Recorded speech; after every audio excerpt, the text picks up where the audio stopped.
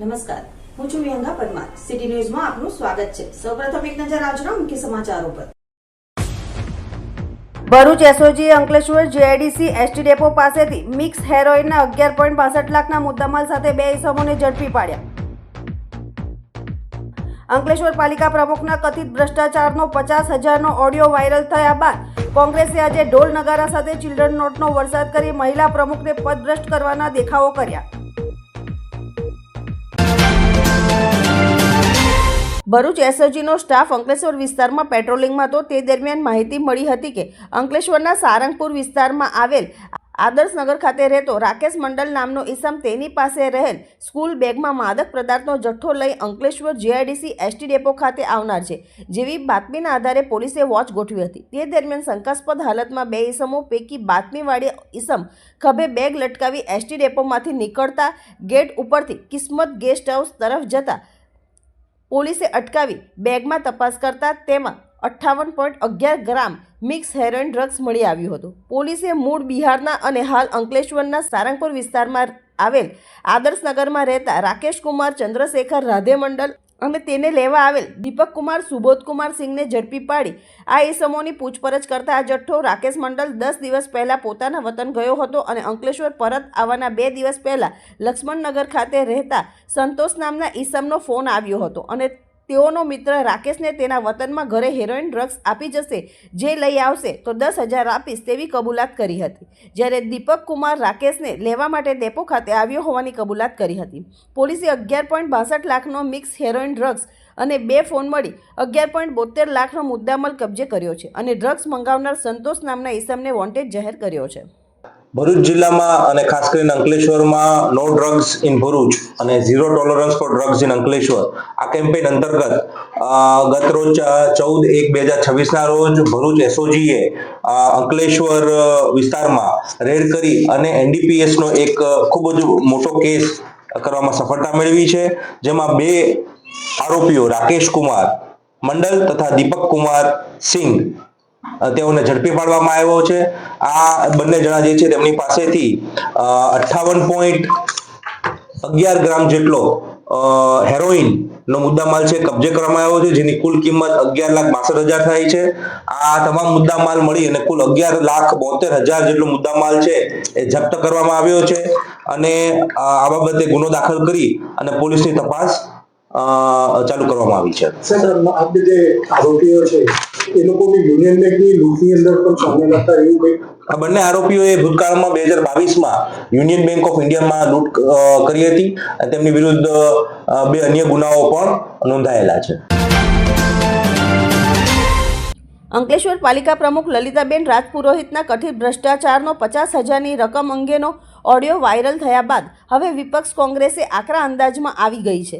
Youth Congress વિપક્ષે ગુરુવારે ઢોલ નગારા મ્યુઝિક સિસ્ટમ સાથે ચિલ્ડ્રન બેંકની નોટો ઉડાવતા પાલિકા પ્રમુખ અને તેમના પતિનો હુરિયો બોલાવતા વરઘોડો કાઢ્યો હતો. તોડબાજ પતિ પત્ની પાલિકા પ્રમુખને પદભ્રષ્ટ કરો, ભાજપના રાજમાં ભ્રષ્ટાચાર સહિતના કટઆઉટ સાથે કોંગી આગેવાનોએ પાલિકામાં હલ્લો બોલાવ્યો હતો. પાલિકા કચેરીમાં ચિલ્ડ્રન નોટોનો વરસાદ ઉડાવવા સાથે વિપક્ષ અને યુથ કોંગ્રેસે પ્રમુખ લલિતાબેન અને તેમના પતિની તસવીર આગળ પણ ચિલ્ડ્રન નોટોનો ઢગલો કરી દીધો હતો. પાલિકામાં સરકારના જ પરિપત્રની એસી-તેસી કરી ચાલતા પતિ રાજ સામે પણ ભારે વિરોધ નોંધાવી કચેરીમાં બેસી સૂત્રોચ્ચાર કરાયા હતા. યુથ કોંગ્રેસ અને કોંગ્રેસના આગેવાનો શેરખાન પઠાણ, સંદીપ માંગરોલા, જિલ્લા મહામંત્રી શૈલેષ પ્રજાપતિ, અંકલેશ્વર શહેર કોંગ્રેસ પ્રમુખ ભૂપેન્દ્ર જાની સહિત પાલિકાના વિપક્ષના સભ્યો અને કાર્યકરો ઉપસ્થિત રહ્યા હતા અને અંકલેશ્વર સ્ટેશન રોડથી 3 રસ્તા સર્કલના આઇકોનિક રોડમાં 75 લાખની ખાયકી ડમ્પિંગ સાઇટમાં પણ 3 વાર આગ લગાડી આચરાયેલો કૌભાંડ અને કોન્ટ્રાક્ટરમાં ચાલતી પ્રમુખ અને તેમના પતિદેવની કટકીના ભારે આરોપ લગાવવામાં આવ્યા હતા.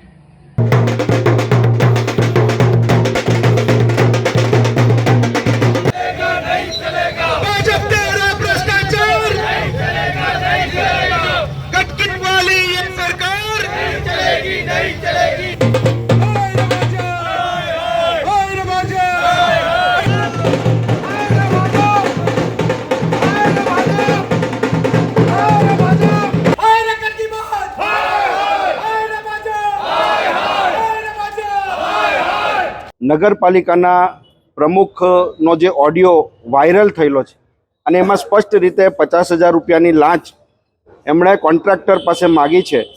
એ બાબતે આજે 72 કલાકથી પણ વધુ સમય થયેલો છે. ત્યારે ચીફ ઓફિસર દ્વારા જે નગરપાલિકા એક્ટ મુજબ એમને હોદ્દા ઉપરથી દૂર કરવા માટેની જે કાર્યવાહી થવી જોઈએ એ હજી સુધી કરી નથી. કોઈ પણ પ્રકારની કાર્યવાહી માટે એવો કોઈ ફરિયાદી તરીકે ફરિયાદ કરે એની રાહ જોઈને બેઠા છે. આ પ્રમાણે ભારતીય જનતા પાર્ટીના શાસનની અંદર નગરપાલિકાથી દિલ્હી સુધી જે ભ્રષ્ટાચાર વ્યાપેલો છે એનું આ એક ઉત્તમ ઉદાહરણ છે. અને આ એ નગરપાલિકાના પ્રમુખ છે કે જેઓ આ જવાબદારી પોતાના પતિ પાસે નિભાવડાવવાનું કામ કરે છે અને આમ છતાં ચીફ ઓફિસર અને આ ભાજપની સરકાર મુખ પ્રેક્ષક બનીને બેઠી છે. અંકલેશ્વરના પ્રમુખનો છેલ્લા 3 દિવસ થઈ ગયા 50,000 રૂપિયાની કોન્ટ્રાક્ટર પાસે લાંચ લેતાનો ઓડિયો વાયરલ થયો છે. 7.5 લાખ રૂપિયાનો સફાઈ કર્મચારી જે અહીંયા કામદાર કોન્ટ્રાક્ટર પર કામ કરાવે છે સફાઈનું, એની અંદર બિલ પાસ કરવા માટે આ પ્રમુખે 2 લાખ રૂપિયા જેટલી રકમની માંગણી કરેલી અને 50,000 રૂપિયામાં તોડ કરેલો છે. ત્યારે આજે તમે જોઈ શકો છો કે ચીફ ઓફિસર પણ સ્વીકારવા તૈયાર નથી. યુવક કોંગ્રેસ દ્વારા, કોંગ્રેસ સમિતિના આગેવાનો દ્વારા આજે અહીંયા બેઠા છે. જ્યાં સુધી નગરપાલિકા આ પ્રમુખની ઉપર કાર્યવાહી નહીં કરે, એને સસ્પેન્ડ નહીં કરે યા રાજીનામું નહીં લે, ત્યાં સુધી અહીંથી અમે લોકો જવાના નથી. અંકલેશ્વર નગરપાલિકા વિશે સોશિયલ મીડિયામાં એક ઓડિયો વાયરલ થયેલો છે. એ ઓડિયાની ચકાસણી કરાવી યોગ્ય જણાય એ મુજબ ગુજરાત નગરપાલિકા અધિનિયમ મુજબ જે તેની જવાબદારીઓ સામે કાયદેસરની કાર્યવાહી કરવામાં આવશે. વિપક્ષ આજે વિરોધ કરવા આવ્યું છે, તમારી પાસે રજૂઆત કરી છે, શું માંગણી કરી છે? એમણે નિયમ અનુસાર જે કાર્યવાહી કરવાની છે એ કાર્યવાહી કરવાની માંગણી કરેલી છે. અંકલેશ્વર જીઆઈડીસીમાં સ્ટેશન વિસ્તાર ઉપરાંત બેંક ઓફ બરોડા તથા ખેતીવાડી ઓફિસની આસપાસના વિસ્તારોમાં વર્ષોથી ચોમાસા દરમિયાન સર્જાતી પાણી ભરાવાની સમસ્યાનો હવે કાયમી ઉકેલ મળ્યો છે. રાજ્ય સરકાર દ્વારા વરસાદી પાણીના સુવ્યવસ્થિત નિકાલ માટે રજૂ કરાયેલ મહત્વપૂર્ણ પ્રોજેક્ટને મંજૂરી આપવામાં આવી છે. આ વિસ્તારોમાં દર વર્ષે ચોમાસા દરમિયાન ભારે પાણી ભરાવાના કારણે રસ્તાઓ તૂટી જતા વાહન વ્યવહાર ખોળવાતો અને સમગ્ર વિસ્તાર બેટ સમાન બની જતો હતો, જેના કારણે સ્થાનિક જનતા તેમજ ઉદ્યોગકારોને ભારે નુકસાનીનો સામનો કરવો પડ્યો હતો. આ સમસ્યાના નિવારણ માટે વર્ષ 2025માં ખેતીવાડી ઓફિસ નજીક બોક્સ કલવર્ટ અને વરસાદી ગટરના નિર્માણ માટે સર્વગ્રાહી ફંડ હેઠળ પ્રોજેક્ટ રજૂ કરવામાં આવ્યો હતો.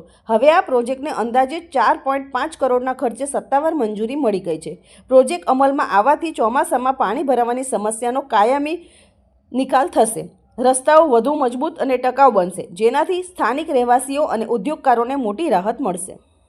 3 કે 4 દિવસ પહેલાં કલેક્ટર ઓફિસ ખાતે એક સર્વગ્રાહીની મિટિંગ હતી, જેમાં આપણા એસોસિએશનની રજૂઆત અને જે બહુ જૂની હતી અને એક એમનો પડતર પ્રશ્ન હતો કે ત્યાં ચોમાસા દરમિયાન ખૂબ જ પાણી ભરાઈ રહે છે. એ આપણા અથાગ પ્રયત્નથી ત્યાં મંજૂરી મળી છે અને આવનાર દિવસોમાં ત્યાં આગળ બેંક ઓફ બરોડાનો જે વિસ્તારથી લઈ અને ફાટક સુધી પ્રિકાસ્ટ સી ચેનલ બનવા 4 કરોડના ખર્ચે બનવા જઈ રહી છે, જેને મંજૂરી મળી ગઈ છે. એટલે આવનાર દિવસોમાં અને આવનાર ચોમાસા દરમિયાન આપણને જે લાતી વિસ્તાર કહેવાતો હતો ત્યાં આગળ પાણી ભરાવાનો પ્રશ્ન હતો એ હવે હલ થશે, એનું આપણે નિરાકરણ લાવેલે છે.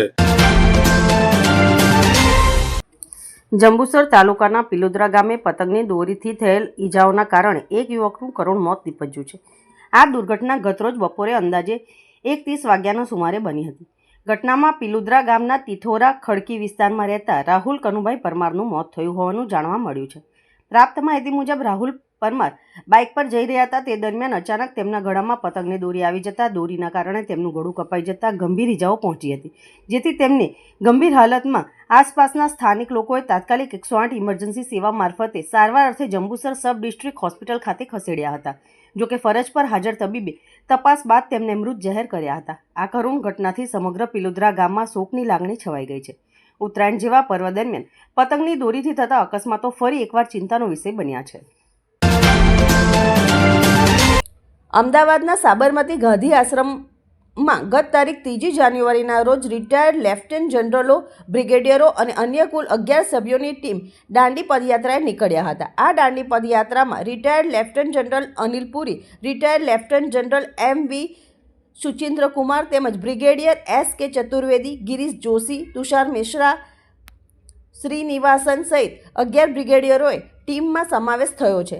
આ દાંડી પદયાત્રાનો મુખ્ય હેતુ ભારત સરકારના વિવિધ કાર્યક્રમો અંગે લોકોમાં જાગૃતતા લાવવા તેમજ સરકારના 2026માં વિકસિત ભારતના સંકલ્પને સહયોગ આપવાના હેતુ માટે સાબરમતી ગાંધી આશ્રમથી દાંડી સુધીની પદયાત્રા કરવાનું આયોજન કર્યું છે. આ દાંડી પદયાત્રા અંકલેશ્વર ખાતે આવી પહોંચતા જવાહર બાગ ખાતે નગરપાલિકાના સેનેટરી ઇન્સ્પેક્ટર રઘુવીરસિંહ મહેડા સહિતના આગેવાનોએ તેમનું ભવ્ય સ્વાગત કર્યું હતું. એનસીસી સુરતના કેડેટ હાજર રહ્યા હતા અને સલામી આપવામાં આવી હતી. और 3 को हम साबरमती से चले और हम 17 तारीख को दांडी पहुंचेंगे और ये टोटल जो डिस्टेंस है तकरीबन 400 किलोमीटर है. जब बापू ने ये यात्रा की थी तो उस समय 388 किलोमीटर था ये डिस्टेंस जो बापू ने 24 दिनों में किया था. हमारे लिए डिस्टेंस थोड़ा ज़्यादा इसलिए हो गया क्योंकि बाद में कई सड़कें बन गई, जो पुराने रास्ते से वो बदल गए और हमारा लार्जर मकसद ये है कि एक अवेयरनेस स्प्रेड करना सोसाइटी में. जैसे जब गांधी जी 1930 में गए तो 17 साल बाद हमको इंडिपेंडेंस मिली. आज हमारा भी मकसद ये है कि हम एक अवेयरनेस स्प्रेड करें गवर्नमेंट के प्रोग्राम्स के बारे में, ताकि हम 2047 में जो विकसित भारत का जो मकसद है उसको हम अचीव करने में अपना सहयोग दें. जो एक बूंद में सागर में एक बूंद की तरह हो सकता है, मगर हमारी कोशिश यही रहेगी. इसके अलावा फिज़िकल फिटनेस, हम सब 62 साल से ऊपर की उम्र के हैं.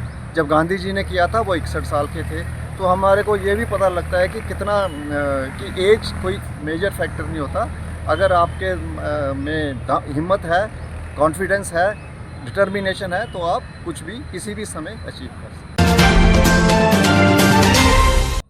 ભરૂચમાં આજરોજ ભારત મુક્તિ મોરચા, બહુજન ક્રાંતિ મોરચા અને રાષ્ટ્રીય પીછડા વર્ગ મોરચા દ્વારા BAMC-EF અને ભારતીય મુક્તિ મોરચાના રાષ્ટ્રીય અધિવેશનની પરવાનગી છેલ્લી ઘડીએ રદ કરવાના વિરોધમાં રાષ્ટ્રપતિને સંબોધીને ભરૂચ કલેક્ટરને આવેદનપત્ર પાઠવવામાં આવ્યું હતું. ઓડિશામાં BAMC-EF અને ભારત મુક્તિ મોરચાના રાષ્ટ્રીય અધિવેશનની પરવાનગી છેલ્લી ઘડીએ રદ કરવાના વિરોધમાં સંગઠનો દ્વારા RSS BJPનું કાવતરું ગણાવી રાષ્ટ્રવ્યાપી તબક્કાવાર આંદોલનની જાહેરાત કરવામાં આવી છે.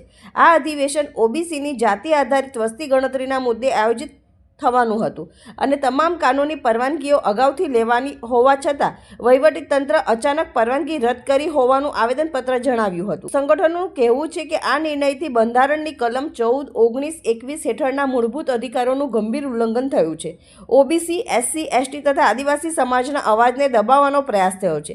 સંમેલન રદ થવાથી હજારો પ્રતિનિધિઓને આર્થિક નુકસાન થયું હોવાનો પણ ઉલ્લેખ કરવામાં આવ્યો છે.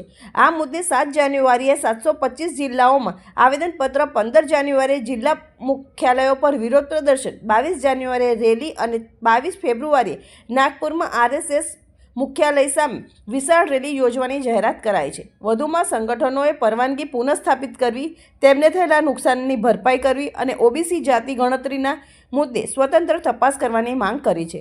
આ આવેદનપત્રમાં ભારતીય યુવા મોરચા ભરૂચ જિલ્લા અધ્યક્ષ લંકેશ મયાત્રા, બામસેફ પૂર્વકાલીન પ્રચારક નરેશ ગોહિલ, પરેશ મહેતા અને ભારત મુક્તિ મોરચાના આગેવાન અરવિંદ પરમાર, ઈશ્વર વાઘેલા, નટુ પરમાર અને રમેશ પરમાર સહિતના સભ્યો ઉપસ્થિત રહ્યા હતા.